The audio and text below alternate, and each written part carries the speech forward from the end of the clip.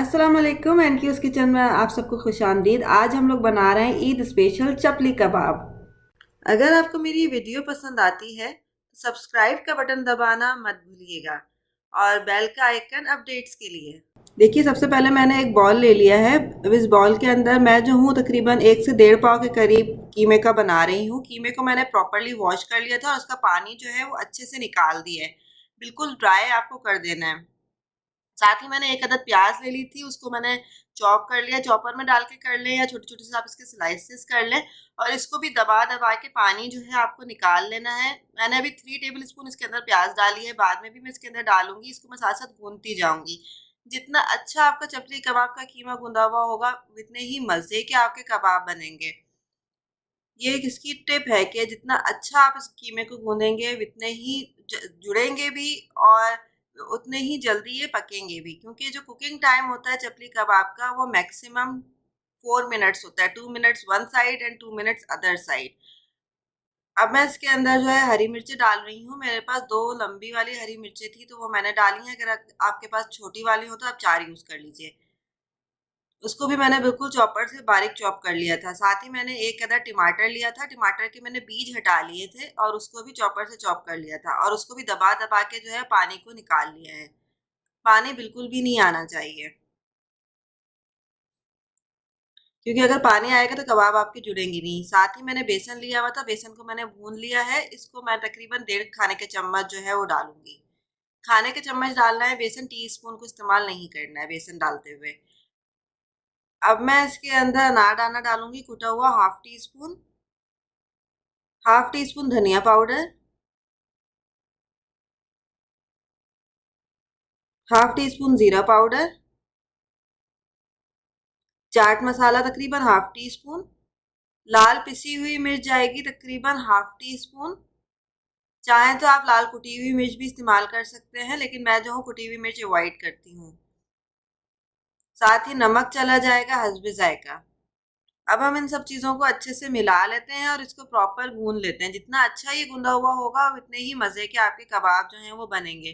तकरीबन 10 से 15 मिनट आपको इसको भूनना है।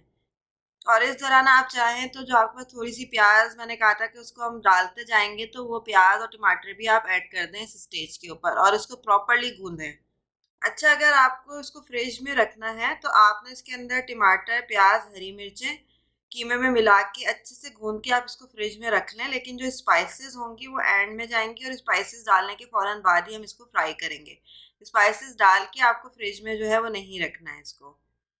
मैंने एक अंडा ले लिया था, उसको थोड़े से तेल में हल्का सा फ्राई कर लिया था और उसको बारीक बारीक तोड़ लिया है। अब वो भी इसके अंदर चला जाएगा।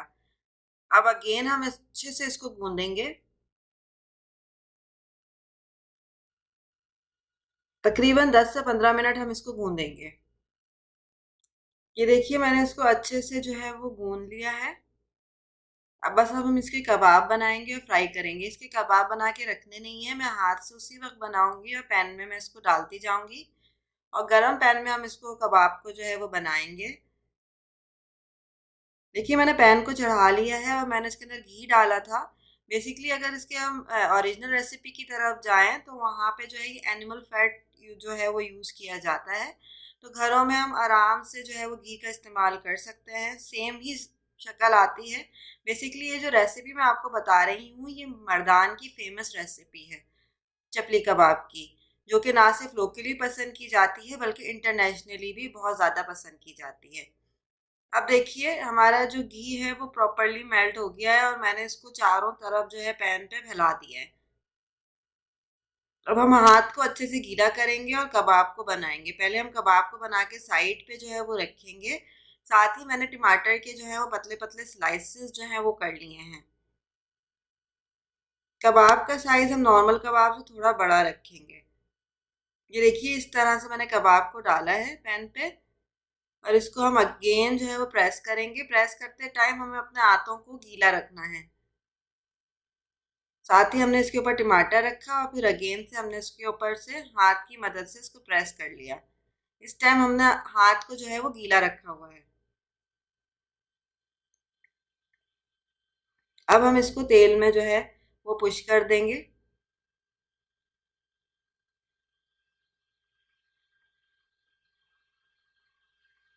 ऊपर से सॉल्ट को स्प्रिंकल कर देंगे। जब हम सॉल्ट डालते हैं ना तो कबाब जो है, टमाटर जो है वो कबाब से अटैच हो जाता है। तो ये भी एक छोटी सी टिप है। दूसरा कबाब भी मैं इसी तरह से बना रही हूँ। टमाटर रख के हम इसको प्रेस कर देंगे और ऊपर से सॉल्ट को जो है वो स्प्रिंकल कर देंगे। देखिए, सॉल्ट को स्प्रिंकल करने वाली टिप आपको हर कोई नहीं देता। आपने नंबर ऑफ रेसिपीज जो हैं वो देखी होंगी, लेकिन मैं आपसे बिल्कुल ओरिजिनल और ऑथेंटिक रेसिपी जो है वो शेयर कर रही हूँ। अगर आप इस रेसिपी से बनाएंगे तो आपके कबाब बहुत अच्छे बनेंगे और टमाटर भी जो है आपके कबाब से अलग नहीं होंगे, वो बिल्कुल ज्वाइन रहेंगे। और अगर आपको मेरी ये रेसिपी पसंद आती है तो मेरे चैनल को सब्सक्राइब करना मत भूलिएगा और कमेंट में मुझे बताइएगा भी कि आपको मेरे कबाब कैसे लगे।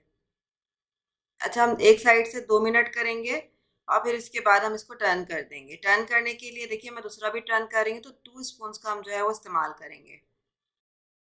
ये देखिए, इसको इस तरह से प्रॉपरली आपने टर्न कर लेना है। देखिए कितनी खूबसूरत इसकी शक्ल आ गई है।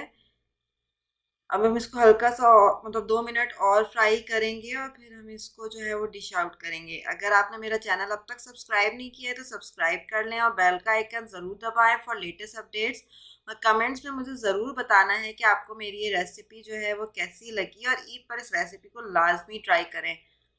ये देखिए माशाल्लाह से कितनी खूबसूरत मेरे चपली कबाब की जो है शक्ल आई है और कितनी प्यारी प्रेजेंटेशन हुई हुई है। साथ ही मैंने गर्मा गर्म नान जो है उसके साथ सर्व किए हैं।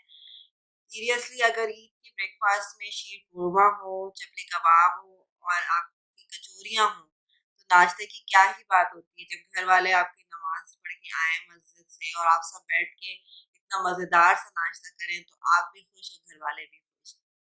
या फिर आप जब दावत करते हैं ईद की, तो बिरयानी हो, चपली कबाब हो और भी डिफरेंट डिशेज़ आप रखें, तो चपली कबाब की तो लोग लाज़मी तारीफ़ करेंगे। ये मर्दान की स्पेशल ऑथेंटिक रेसिपी है।